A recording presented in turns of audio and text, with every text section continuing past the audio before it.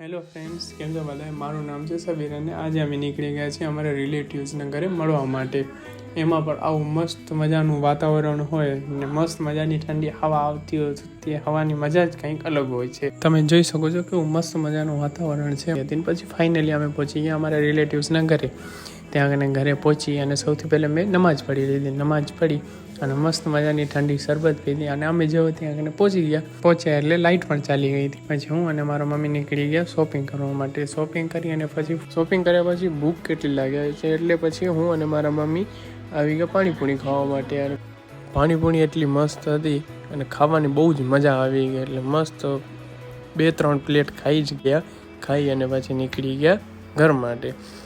ઘરે જઈ અને સૌથી પહેલાં હું ગયો નમાઝ પઢવા માટે. નમાઝ પઢી અને મને આવી ગયો મારા ફ્રેન્ડનો કોલ. એટલે અમારું પ્લાનિંગ થયું બહાર જમવા માટેનું. એટલે અમે નીકળી ગયા બહાર જમવા માટે. એમાં ફ્રેન્ડો સાથે હોય અને મસ્ત નાઇટ વ્યૂ હોય એટલે જમવાની તો મજા જ અલગ હોય. પછી અમે પહોંચી આવ્યા હોટલ ઉપર અને મારા ફ્રેન્ડને એટલી ભૂખ લાગી હતી કે એ આવીને ડાયરેક્ટ જમવા જ બેસી ગયો.